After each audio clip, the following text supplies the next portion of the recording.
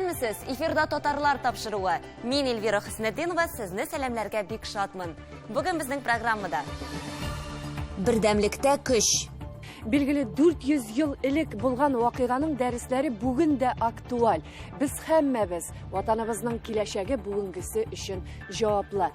Башкортстанда йола йорты.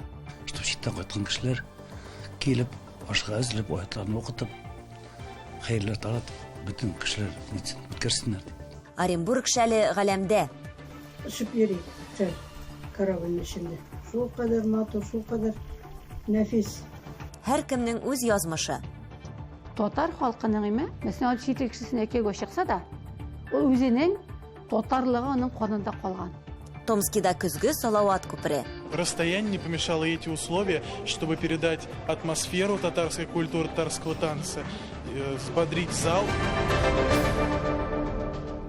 4 ноябрь халыклар бердәмлеге көне. Тирән рухи мәгънәгә ия бәйрәм. Ул безне бердәм булырга, ата-бабаларыбызның каһарманлыгын хөрмәт итәргә өйрәтә. Дәүләт күләмендәге бу бәйрәм 1612 елга тарихи вакыйгаларга барып тоташа. Халыкара бердәмлек көне буларак 2005 елдан билгеләп үтелә. Без дөнья гизәбез, кайларга гына барып чыксак та, милләттәшләребезнең үз мөхитләрен булдырып гомер итә алганнарына куанабыз. Татарлар гомергә башка милләт халкы белән дус, тату яши белгән. Бу урында әле күптән түгел генә Курганда ачылган мәдәни үзәкне атарга була. Аның хуҗасы барлык милләтләргә дә ишек ачык ди.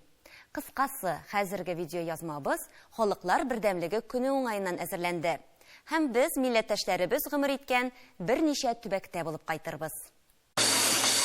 Иң беренче халыклар бердәмлеге көне бәйрәменең тарихын барлап алыйк. 1612 елда сәүдәгәр Минин белән хәрби җитәкче Пожарский ополчениесының Мәскәүдән Польша интервентларын куып чыгарып, Болгавыр чорга нокта куйган көн.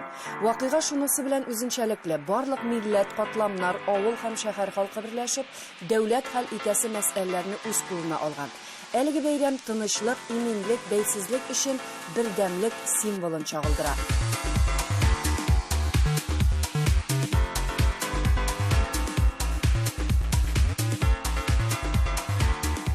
Biz Kurgan өлкәсендә 18 татар авылы,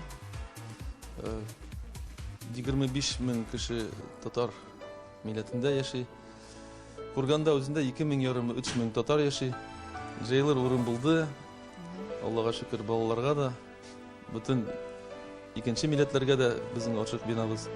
Порядка 170 национальностей живет на нашей территории, живет в настоящем добрососедстве. Конечно, основные это русские, это татары.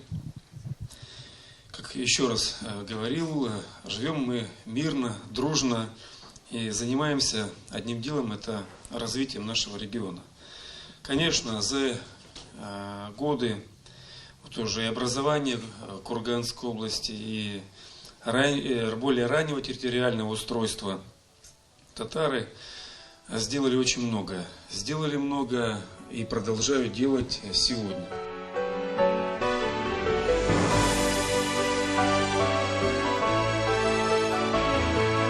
Хәзер без Улан-Удэ шәһәренең милләтләр дуслыгы йортында. Ул инде 10 ел дәвамында 34 милләт оешмасын берләштерә. Аның хуҗабикәсе безнең милләттәшебез. Әйтегез әле, рәхим итеп, менә бүген ничек эшли әлеге йорт? Монда без рәхәтләнеп, матурлык эшлибез. И Алла бирсә инде күп кеше килә. Күп кешегә күрсәтәбез татарскую культуру, традиции, обычаи. И кроме этого, я возглавляю Ассоциацию народов Бурятии, Дом дружбы, поэтому вот бу йортның хозяйка инде. Кроме того, что татары есе. И очень рада, что монда мен сезгә хәзер күрсәтәм фотовыставку «Наш общий дом Бурятия», потому что Дому дружбы исполняется 10 лет. И вот все проекты, которые мы сделали за эти 10 лет, все бренды показаны именно на этой фотовыставке. И хотя идет пандемия и кешеюк, но мы уже сделали виртуальный тур, поэтому Алла бирсә барысы аны күрәләр. Әмнә темаларына килсәк. Темаларга килсәк, самое главное, конечно, это диалог культур. Это улица добрых соседей, потому что наша изюминка, все народы всегда, конечно, живут очень дружно. И вот байкальское гостеприимство мы все-таки показываем издревле. Испокон веков, все конфессии, все народы живут вот действительно в таком согласии и мире. И вот эта вот улица добрых соседей, дерево дружбы, это вот как бы такие фишки Дома дружбы, которые мы всегда демонстрируем всему миру. Татарстаныбыз халкы да үзенең хезмәт сөючәнлеге, һөнәри осталыгы һәм тырышлыгы белән күп милләтле Россиянең үсешенә лаеклы өлеш кертеп яши. Халыклар бердәмлеге көне әлеге датаның әһәмияте елдан-ел арта. Билгеле 400 ел элек булган вакыйганың дәресләре бүген дә актуаль. Без һәммәбез ватаныбызның киләчәге бүгенгесе өчен җаваплы. Без Татарстан Республикасының Лаеш районында бүген монда әһәмиятле вакыйга узды. Менә безнең шушы бүгенге вакыйганың бу бәйрәмгә туры килүе бер яктан караганда бик яхшы, икенче яктан караганда бу тагын да безне яңарак бердәмлеккә үтәлә шикелле. Бу безнең беренче проектна түгел. Татарстан Республикасы белән Свердловск өлкәсенең муниципалитетлары арасындагы килешү 4 район арасында инде эшләп килә. Ә менә бүген 5нче юбилей район килешүе нәкъ менә халыклар бердәмлеге көненә туры килгән икән, бу инде безнең өчен аеруча бер зур вакыйга булды. Как выяснилось, что здесь, в Лаишево, на караванной ярмарке в 18-19 веке продавались металлы Сесерского завода. Вот, и с тех времен еще вот наше сотрудничество было. Алга таба, бергә матур итеп эшләргә, бергә матур яшәргә, безнең эшмәкәрләрне очраштырган, аннары инде балаларны спорт өлкәсендә, культура өлкәсендә һәм башка өлкәләрдә шулай бергә үсәргә, халыкның тормышын яхшыртырга шундый карарда калабыз. Әйе, уртак көч булып туплансак, авыр чакта бер-беребезгә ярдәм кулы сузсак, җәмгыятебездәге вакыйгаларга битарафлык күрсәтмәсәк, төрле дин һәм милләт халкына, аларның гореф-гадәтләренә хөрмәт белән карасак, без көчле халык. Иң мөһиме, кыйблабыз ачык, туры булсын. Ләйсәнә Садретдинова, татарлар.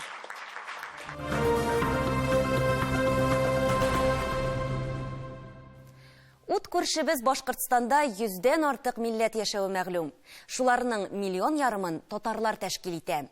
Тел, гореф-гадәтләр, мәдәният, төрле булуга карамастан, милләт вәкилләрен мәрхәмәтлелек һәм бер-берсенә ихтирам берләштерә. Кыйгы районы Юкәликүл авылында 1 елга якын юла йорты эшләп килә. Бирегә, туган авылына, кайтыр кешесе калмаган яисә ярдәмгә мохтаҗлар килә. Шул ук вакытта ул туристлар өчен дә кызыклы урынга әйләнеп бара. Күптән түгел әлеге йортта Мәүлид бәйрәмен каршы алдылар. Сүз уңайыннан Башкортстанның төньяк көнчыгыш өлешендә урнашкан районында яшәүче татарлар шактый актив тормыш алып бара. Шушы көннәрдә район үзәгендә дуслык йорты ачылды. Кыйгы татарлары белән хәбәрчебез Миләүшә Латыпова танышып кайтты.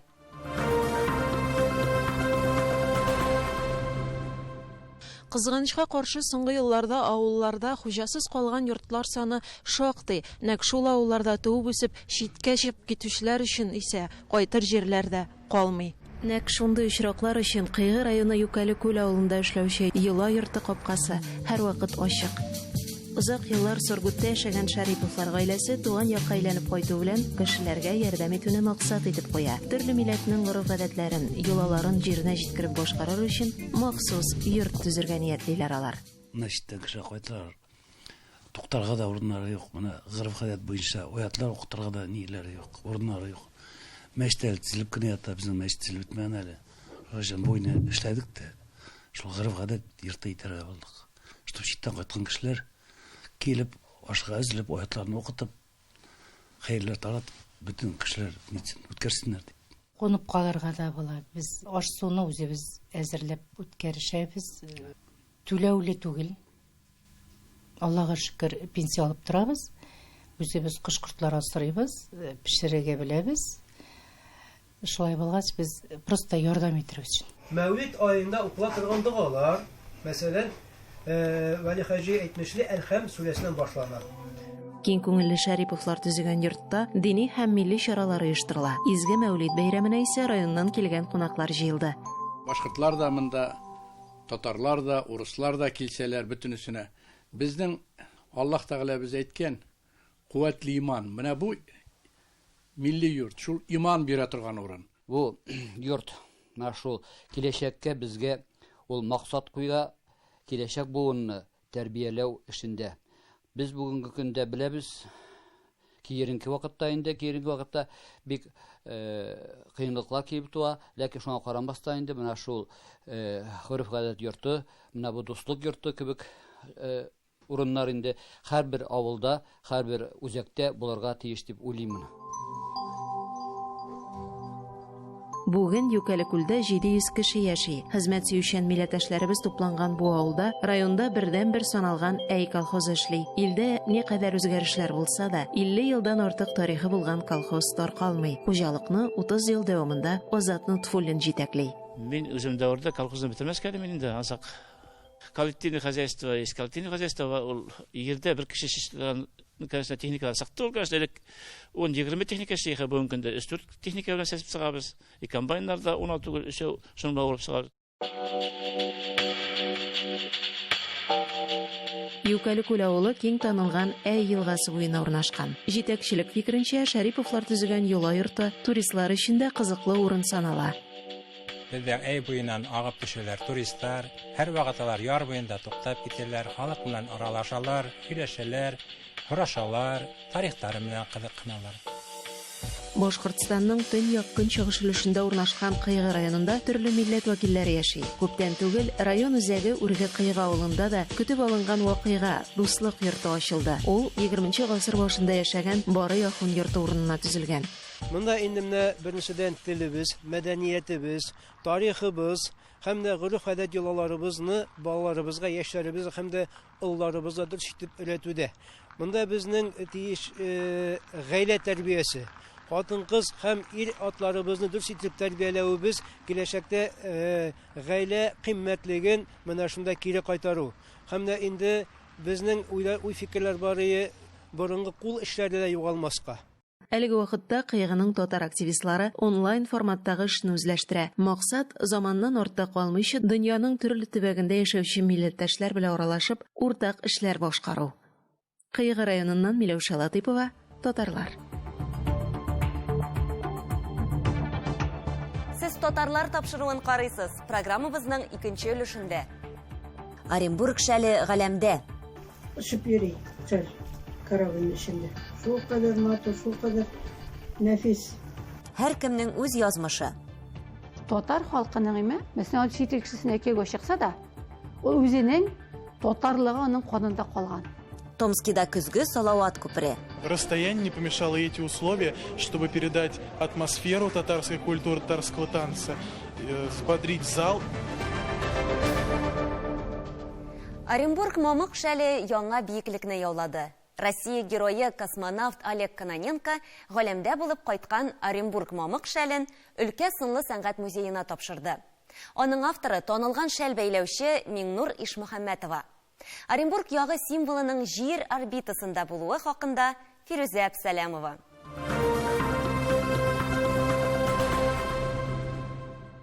Посмотрите на эту неземную красоту. Оренбург шәлләре бәйләгән кәҗә мамыгы җир планетасын әйләндереп алган, ак болытларга ошаган. Әгәр мамык мөгъҗизасы бизәкләренә карасаң, будай чәчелгән басуларны, йыланчыклар рәвешендәге елгаларны, кыек рәтле сукмаклары булган тауларны, күрелмәгән җәнлекләрнең эзләрен күрәсең. Ә бу дөньяның үзәгендә кояш әйләнеше. Олег Кононенко Оренбургда 2 ел элек булган иде. Ул өлкә сынлы сәнгать музееның мамык шәлләр галереясыннан алган тәэсирләре астында калган. Йөзләгән яулыклар арасыннан космонавт Миңнур Ишмөхәммәтованы кынсайлый. Нәкъ менә шул вакытта Оренбург символын космоска җибәрү идеясе туа. Яулыкның авторы Ишмөхәммәтова Миңнур Гыйззат кызы, тумышы белән Сарыкташ районының Жолды авылыннан. Югары класслы мастер рәссамның Ирфия шәле Союз МС-11 кораблендә галәмдә 204 тәүлек дәвамында сәяхәт итә. Бу вакыт эчендә халыкара космик станциясе 140 миллион чакрым үтеп, җир тирәли 3264 тапкыр әйләнеп чыккан. МКС экспедициясе корабли командиры махсус Оренбургга космик паутинканы бүләк итү өчен килде. Браво! Аплодисменты! Долгожданный момент передачи платка, совершившего космическую вахту. Җавап итеп, Олег Кононенкога шул ук бәйләүченең шәлен бүләк иттеләр. Взращивайте молодое поколение, и мы с удовольствием в свои ряды примем человека, который родился, вырос, выучился в Оренбурге. Минур Ишмухаматова Төбәк музейына шәл бүләк итү процессын ерактан гына карады. Хәзер станың мамык шәлендә Халыкара космик станцияның рәсми борт мөһере бар. Без Минур Ишмухаматова белән видео элемтә ашаралаштык. 2018 елдан берле Ирина Владимировна Бушухина безнең җитәкчебез инде. В строгом секрете держали это дело. Грандиозное мероприятие будет.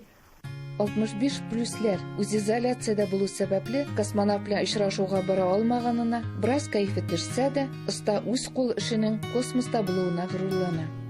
Ышып йөри шәл корабльнең эчендә. Шул кадәр матур, шул кадәр нәфис. Аннан соң инде шатландым да инде, горурлык та бит инде. Балалар да барысы да куандылар. Молодец, молодец дип. Легендарыста төрле тарихи даталарга, юбилей вакыйгаларга, шелтәр шәлләрнең зур коллекциясын булдырган. Сәнгать белгечләре исәпләп чыккан. Минур Ишмухаматова бәйләгән тематик шәлләрнең җеп озынлыгы җир шарын 2 тапкыр урап чыгарга җиткән булыр иде. Хәзер инде аның галәмдә булганы да җир тирәли 3264 тапкыр әйләнеп чыккан. Тагын ниләр белән гаҗәпләндерер безне оста чираттагы күргәзмәләр күрсәтер. Оренбургдан Фирүзә Абсалямова, татарлар.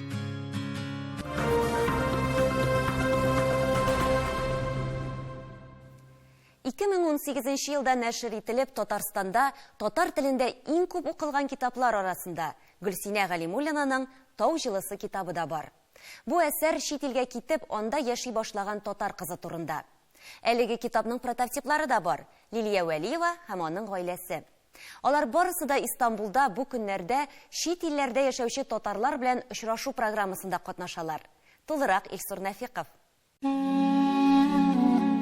Ямлы Босфор буйларында Истанбул шәһәрендә чит илдә яшәүче татарлар өчен көтелгән вакыйга.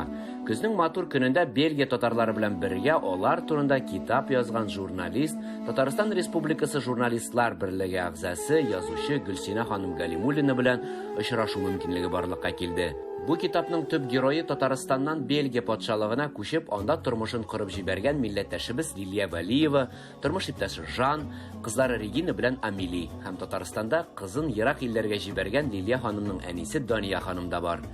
Хәзер Лилия Вәлиева чит ил кешесенә кәгә чагасын белгәч, әнисе бик авыр кичерә. Мин аны кичерешләр белән яшәдем. Менә шуны мин бит инде ноутбукта язам. Менә язам име һәм күземә яшьләр ага. Күзем дәрендән бураш, дәремдә кастәннәр чыга. Ой мәйтәм, анага мен әйтәм. Бердән бер мәйтәм баласын чит ил кешесенә чыгарып җибәрү, белмәгән дөнья, белмәгән менталитет. Мин бит үзем генә түгел. Минем кебек милләт кешеләре, китүчеләр, эш белән, кияүгә чыкканнар, студент кешеләр, алар бик күп. Һәм кыз баланың бит инде әнидән аерылып китүе, туган җирдән китүе, ул бит инде безнең максат, безнең бит инде барыбер шуны эшләргә тиеш. 500 чакрымы, 5000 чакрымы барыбер китү инде ул. Һәм без 3 миллион татар менә Татарстанда яшибез, аның 4 миллионы сибелгән бит инде җир шарына. Димәк, бу китап кемгәдер булышса, мин шундый шат булыр идем. Безнең проблемалар уртак. Проблемаларның шишу чарасы да ул бер төрле. Баштыйын ничек алар очраштылар, нәрсә турында фикер алышалар, интернет буенча шулай итеп шулай гына барды. Аннан соң кунакка чакырдык Яңа елга Жанны. Аннан соң инде аның белән танышкач, Жан белән матур иттереп сөйләшкәч, тәрҗемәче бар бит инде кызым. Аңладым. Ахметем бу любовь. Ахыры. Different culture, language, religion, all this. If love, for love, all this is it's all the same. Әлбәттә, чит илдә яшәгәндә туган телгә, гореф-гадәтләргә күбрәк тартыласың. Бу вакыйганы біз геройларыбыз үрнәгендә дә күреп алдык. Регина белән Амили тел, сәнгать, мәдәниятне саклау мәсьәләләренә җитди һәм тирәнтен карыйлар. Я думаю, что татарская часть всегда будет самое главное. Мама всегда будет рядом со мной. И Девяни, и Регина. Тел безне нык берләштерә. Әмма ләкин мәдәният һәм сәнгать тә бу милләтебезне саклау эшенә зур өлеш кертә дип уйлыйм. Татар халкының үзенең һөнәренә булган мәхәббәте бетмәгән бер качанда. Уларга ташламаган. Мәсәлән, чит ил кешесенә киргә чыкса да, ул үзенең татарлыгы аның канында калган. Милләттәшләр белән очрашу, туган телдә сөйләшү тормышыбызны тагын да ямьләндерә кебек. Татар татарга тартыла, татар үз милли мирасын даими рәвештә сакларга һәм алдагы буыннарга да җиткерергә тырыша. Махсус татарлар тапшыру өчен Илсур Нафиков, Касым Нурдинов, Истанбул шәһәре, Төркия. Без төрле, әмма без бергә. Ел сайын Томскида шундый шигар белән Салават күпере дигән фестиваль конкурс уза. Оештыручыларның максаты төбәкнең милли мәдәниятләрен күрсәтү. Халыклар бердәмлеген ныгыту исә мәдәният аша аеруча уңышлы башкарыла. Салават күпере төсләре кебек төрле милләтләр үзенчәлеген фестивальдә үз хәбәрчебез Елена Софиуллина да күрде.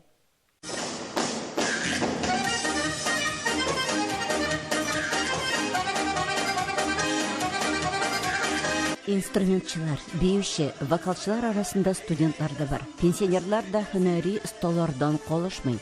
Хәвәскәрләр дә халыклар иҗат йорты сәхнәсен гөрләтте. Менә инде 12нче тапкыр шулай җыелалар. Быел 150 катнашучы үз иҗатын күрсәтте. Өлкәнең барлык районнарыннан килделәр. Жюрига программаны тулысы белән карау өчен 5 сәгать вакыт кирәк булды.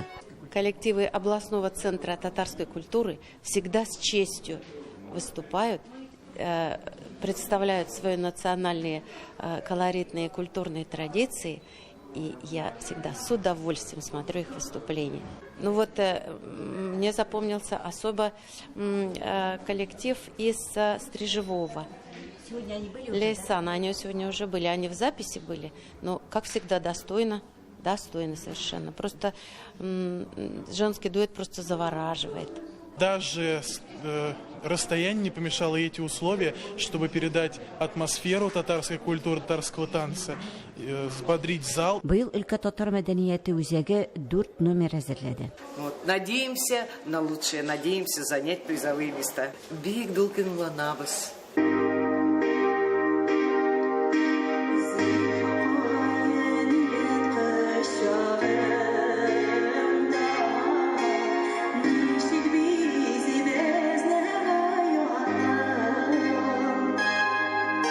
Нәзирә Маняфова милли мәдәниятне бала чактан белеп үсә. Иҗат юлын гүзәл гаилә ансамблендә башлаган. Бүген үзе Ялкын иҗат төркеме җитәкчесе. Аның составында Нәзирәнең беренче укучылары да бар инде. Зифакаени мен кышагымда ничек бизи безнең аянын бөтен тияниләргә багышлыйм.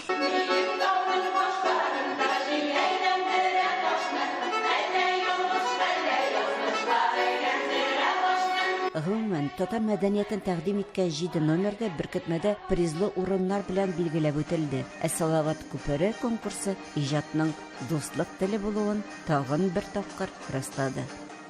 Томскидан Елена Софиуллина, татарлар. Хөрмәтле тамашачылар, тагын бер тапкыр халыклар бердәмлеге көне белән котлыйбыз сезне. Башка милләтләр белән дус тату булып, татарлыгыбызны югалтмыйча, рәхәт итеп яшәргә язсын. Исән-имин булып.